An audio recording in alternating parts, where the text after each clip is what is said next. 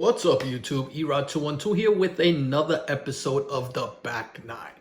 So today we're going to discuss the best Marvel first team appearances. A great topic that I think you guys are going to enjoy.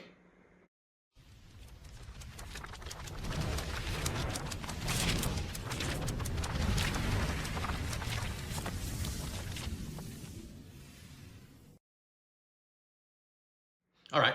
So before we start on that topic, I just want to give a big shout out to Ben C from CBSI for having just an amazing website. If you guys have not checked out that website, there's so much information on there that you could learn from. It's great not only for new collectors, but seasoned collectors like myself who can always learn something new every single day. So I'm going to leave a link in the description. If you have not checked it out, go check it out, please. My man Phil Lee from Vintage Comics and Toys, who sets up this whole thing, a big shout out to him, writes, "There's so much talk about what teams could show up in the MCU this year. I thought it would be a good time to recommend undervalued first team appearances. The biggest debate I keep hearing is whether we get the Thunderbolts or Dark Avengers in the MCU.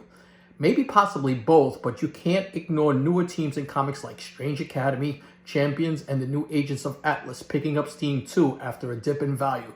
Hope you all like the picks." I'm just going to tell you that I really like the picks, and stay all the way through to the end of the video and you're going to see my pick. Also, if you go on CBSI's website, there'll be their honorable mention there also. All right, so first up, we're going to go with Peter Renner. And Peter writes, A-Force #1, Volume 1 from 2015. I know a lot of people think the payoff was that tiny little team up in the middle of Endgame, but I don't think that's the end of it. I think this is something we might see growing out forward, especially with She-Hulk coming into Disney+. We might see a new formation of this team down the line, and there's still like a $15 book in cover A. Couldn't agree more. That was a great moment, but it's not the team. You know, that was more something for the women in comic books right now. But I loved it too. But just, you know, that was that moment. But the true A-Force team, yet to be seen. Remember, that book also has a first appearances. It has an Adam Hughes cover. I think it's like a 1 in 25. So that's a good book to pick up now. $15, I'll scoop this up every day. I remember when it was cover price. Okay, pick number 2 is from Josias Ocampo, and I like this one. He goes with Avengers #71. I'm picking Avengers #71, first appearance of the Invaders. With rumors of Namor joining the MCU continuing to grow, there's a good chance that we'll get an iteration of this team. So, not only is this book the first appearance of the Invaders, but this book, besides being a team book, is also the first time that the Black Knight joins the Avengers. So you get two big things for your bang on one book. Now, hear this and hear me out here. There's been a lot of rumors that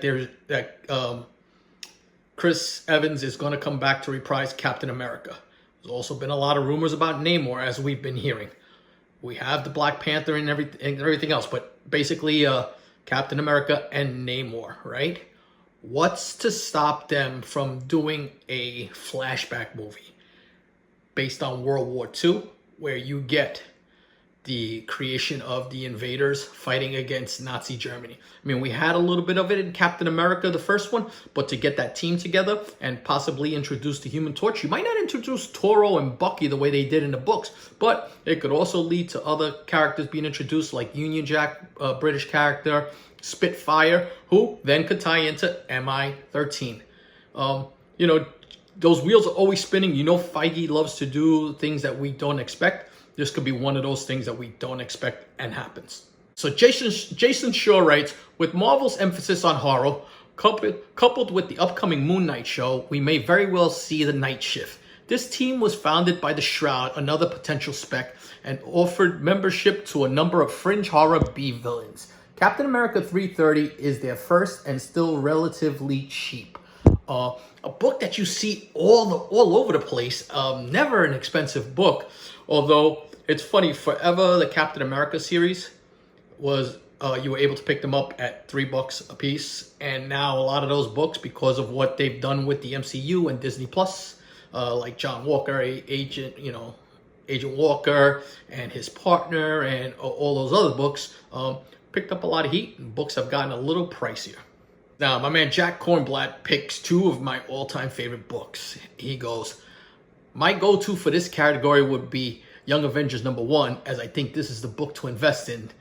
But I have mentioned that book like 5 times before. So instead, I am going to select X-Men 120 and 121, the cameo and first full appearances of Alpha Flight.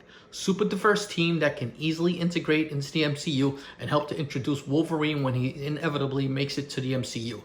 These books are expensive right now, but still within reach. If rumors start swirling about a TV show or movie appearance, that will change facts. So act now while you can. Jack, I've been buying these books at reasonable rates for the last few years, especially that 120, which is the cameo appearance. That black cover is unforgiving. To find this book in high grade in the 9.0s and up, it's a tough task without paying a big premium right now. But they are still out there. And I love 121, just a great cover. Jamie Hudson is a good character with Sasquatch and Snowbird and all those other characters. And don't forget, you'll introduce Puck somewhere along the line if you get this team somewhere down the line. So Valiant picks Totally Awesome Hulk #15, the variant edition. And he says, first appearance of the Protectors and a 1 in 25 book. Even though the name didn't carry on because the rights issues with the Protectors being a Malibu comic, this team was clearly revamped into the New Agents of Atlas. While the New Agents of Atlas did add some other members to the roster, Totally Awesome Hulk 15 is clearly the Genesis arc for that team. Even the trade paperback of the New Agents of Atlas states Amadeus Cho reassembles the Protectors. So this book is a significant piece of the team's history. And that's just a badass cover. I really like this pick a lot, and it's an affordable pick. You can look on Midtown's website, and they had this book, I think, for like $15. For a 1 in 25, very affordable. The next pick is Topher's pick, and I always listen when Topher picks. And he picked A-Force #4 from 2016. And writes, this is the first appearance of A-Force in the 616 continuity. Apparently, A-Force doesn't get formed or named until issue 4 from 2016. Prior to that series, A-Force is not a 616 team. The team forms and is named on the last page. This one is overlooked. This is one of those low spec books that people are not looking at and could play into it. If you look on the cover, you see Singularity, which was a character that was introduced on the A-Force books also. So definitely do not sleep on this book. Terry Harkness goes with Fantastic Four #45. The first appearance of Inhumans has picked up value since the failure of the show. The Inhumans in the MCU, I think, will be done right. I think for sure they are coming because they are just too important in the Marvel universe. Just talking to guys in the community that I trust, everybody feels the same thing. The Inhumans are going to have to be redone. Remember, not only do they introduce Terrigen Mist, which causes mutations, but they also introduce Crystal, who becomes the love interest of Johnny Storm. All ties to that Fantastic Four franchise. So, interesting stuff.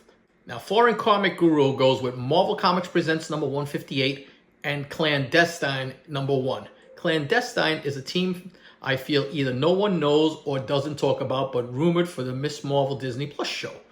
Who knows, laugh out loud. Clandestine #1 is a foil 90s sparkle and also has the first appearance of Albert and Adam Destine.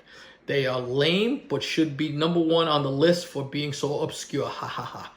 And this is what we look for, those obscure books that nobody thinks. Because in the 90s, there were probably a ton of these books made. Here's the problem, though. If it's a foil book, tough to get in a 9.8. So when you're doing your due diligence and you're looking for that book, make sure that you inspect it really well. Because that's a book that, if they're foil, they can be pressed most of the time, but you only get limited results. Phil Lee goes with Megamorphs #1. Currently, there are thousands of Marvel Mech Strike action figures, Funko Pops, and comics on eBay. Toy shelves and comic shops. Here is the first appearance of the megamorphs, which is the first time Marvel characters appear in mechs. This screams a technique used by toy companies in the 1980s, where action figures were released first before they showed up in the cartoon or animated series. Credit to Topher on this one. I'm going to go with War of the Realms, New Agents of Atlas #1. I really feel this team has a lot of future potential and hasn't hit its peak. This team features Shang-Chi, who is in the MCU, Cindy Moon, who is speculated to be in the movies, and Amadeus Cho. This book also has the first appearances of 3 new characters, and to top it all off, this series also introduces 2 characters that had only previously been seen in China. Marvel and NetEase teamed up to introduce 2 books that are only released digitally at this point, so that makes it technically their first appearance in print. I know this book spiked a lot, but it dipped, and I just think that this book has such a ceiling to go through. I've invested in this book myself. I have multiple copies of it, and if you get the opportunity, check it out. There's also a 1 in 25 on this book. There's a second print on this book, which is pretty nice also. So I believe there's a 1 in 50 maybe also, so check them out. But yeah, that was the picks right now. I hope you guys enjoyed this. If you did enjoy this, take a look at this video over here, because there's some more great picks over here. And if you look at this video over here, you'll see my spec picks, which I originally put down for books $30 and under.